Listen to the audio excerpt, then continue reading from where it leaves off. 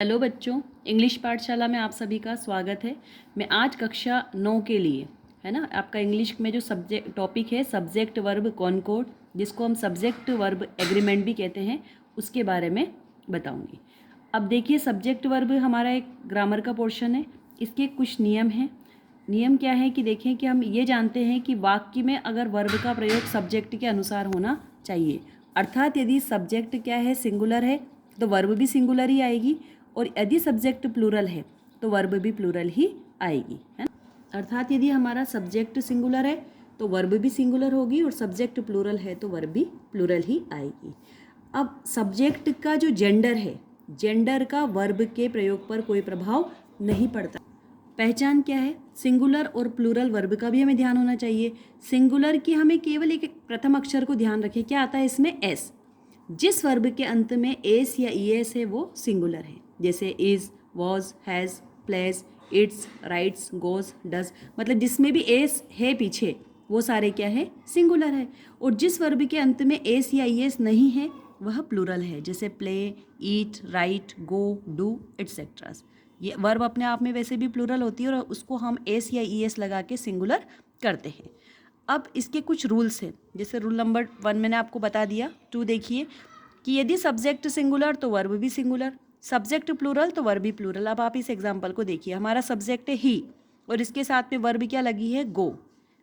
यहाँ पे सब्जेक्ट ही और वर्ब क्या है, गोज। हम जानते हैं कि ही क्या है, सिंगुलर है, तो वर्ब तो ये तो प्लूरल हो गया, तो ये इसके साथ में नहीं लगेगा। इसी तरह यहाँ हमारा सब्जेक्ट क्या है, ही सिंगुलर है और वर्ब भी क्या है, गोज, तो यही हमारा सही आंसर होगा। इस तरह से सब्जेक्ट और वर्ब का एग्रीमेंट होता है। अब जब दो या दो से अधिक अलग अलग नाउन के बीच में, अब वो चाहे नाउन हो चाहे प्रोनाउन हो, के बीच में यदि एंड होता है तो प्लूरल वर्ब का प्रयोग करते हैं। मतलब दो, हमारे पास या तो दो नाउन है या दो प्रोनाउन है, तो उनके बीच में अगर एंड का उपयोग हम कर रहे हैं, एंड का उपयोग हम कर रहे हैं, तो क्या होगा, कौन सी वर्ब यूज होगी, हमेशा प्लूरल वर्ब का उपयोग होगा। एग्जाम्पल देखते हैं हम, जैसे राम एंड मोहन। अब राम भी एक नाउन है और मोहन भी एक नाउन है, और इनके बीच में क्या लगा हुआ है, एंड। जब दो नाउन या दो प्रोनाउन के बीच में एंड का प्रयोग होता है तो हमारी जो वर्ब, यहाँ पे इज एम आर दे दिया हमें एग्जाम में उसने, तो हम क्या लगाएंगे इसमें, हमेशा प्लूरल वर्ब का प्रयोग करेंगे। मतलब दो नाउन या दो प्रोनाउन के बीच में अगर एंड का प्रयोग होता है तो हमारी जो वर्ब होगी वह हमेशा प्लूरल होगी। इसी तरह प्रोनाउन का उदाहरण देख लीजिए आप, your house and my house, दोनों के बीच में क्या लगा हुआ है, एंड, तो यहाँ पे हमारी वर्ब क्या आ जाएगी, प्लूरल। बस ये हमें विशेष तौर पे ध्यान रखना है। इसके बाद यही प्रोनाउन के बीच में भी अगर एंड है तो प्लूरल वर्ब का प्रयोग होता है, ये इसका पूरा रूल है।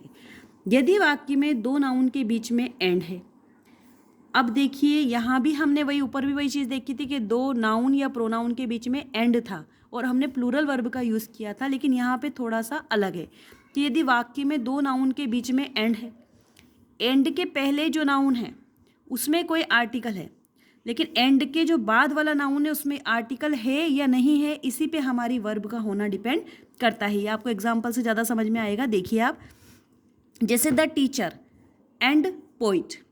अब यहाँ पे टीचर भी नाउन है और पोइट भी नाउन है, और इसके बीच में क्या लगा हुआ है, एंड, वही हमारा पहले वाला रूल। लेकिन यहाँ अंतर क्या आ गया कि यहाँ पे है द टीचर एंड पोइट, मतलब इस पोइट एंड के बाद वाला जो नाउन है इसके आगे कोई आर्टिकल नहीं है, है ना, इसके आगे द नहीं लगा हुआ है।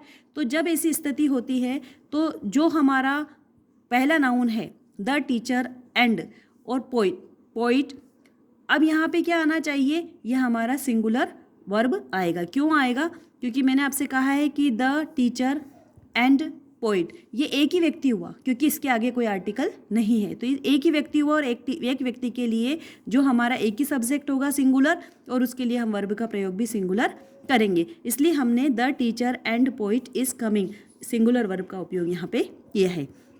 इसी का दूसरा उदाहरण देखिए आप, कि the teacher and the poet.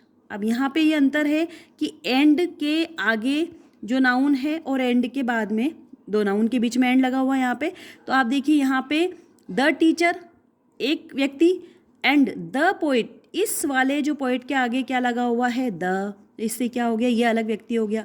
तो ये दो अलग अलग व्यक्ति हैं, दो अलग अलग नाउन हो गए। तो the teacher and the poet are coming, तो इसमें प्लूरल वर्ब का उपयोग होगा। अब देखिए कुछ वर्ड्स हैं जैसे all, many, both, several, few, a few, the few आदि ऐसे शब्द हैं जो स्वयं बहुवचन का बोध कराते हैं, सब खुद में ही प्लूरल है, इसलिए इनके साथ वर्ब कैसी आएगी, प्लूरल आएगी। जैसे हमने एग्जांपल देखा all the students of this school football. अब यहाँ पे प्ले और प्लेज में से क्या आएगा, ये सिंगुलर तो है ही नहीं जो प्लेज आएगा, तो यहाँ पे क्या आएगा, प्ले।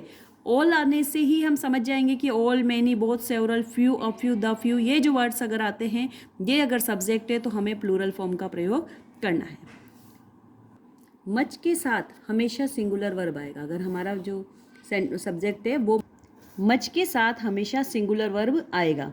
जैसे एग्जाम्पल है हमारा मच मिल्क। अब हमने देख लिया स्टार्ट में यहाँ पे मच है, तो हम यहाँ पे कौन सी वर्ब लगा देंगे, was. Much milk was sold today. ठीक है, तो इस तरह मच के साथ हमें ध्यान रखना है, मच के साथ हमेशा सिंगुलर वर्ब आएगा। निम्नलिखित वाक्यों में हमेशा सिंगुलर वर्ब आएगा। अब आपको खाली कुछ वर्ड से ध्यान रखना है, जैसे each, every, everybody, either, neither, none, no one, nobody, one of the. अगर ये सारे वर्ड्स आते हैं तो ये अगर हमारे सब्जेक्ट होते हैं तो हमें हमेशा इनके साथ में सिंगुलर वर्ब का प्रयोग करना है। जैसे ईच बॉय, अब ईच देखते ही हम अपने आप क्या लगा देंगे यहाँ पे, is. Each boy is sleeping.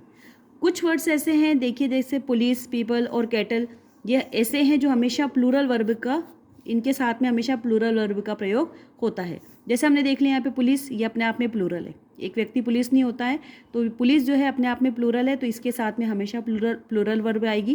Police are searching the thief. Cattle, cattle अपने आप में सिंगल नहीं होता, जानवर तो बहुत सारे होते हैं, तो कैटल अपने आप में प्लूरल है और इसके साथ भी हमेशा प्लूरल फॉर्म का प्रयोग होगा। तो इस तरह से हम देखते हैं कि सब्जेक्ट और वर्ब का जो एग्रीमेंट है वो किस तरह से काम करता है, और अगर हमारे सामने किस तरह के वर्ड्स आए हैं और उनमें हमें किस तरह से सिंगुलर वर्ब के साथ सिंगुलर और प्लूरल वर्ब के साथ प्लूरल ही वर्ब का प्रयोग सब्जेक्ट के साथ में करना है।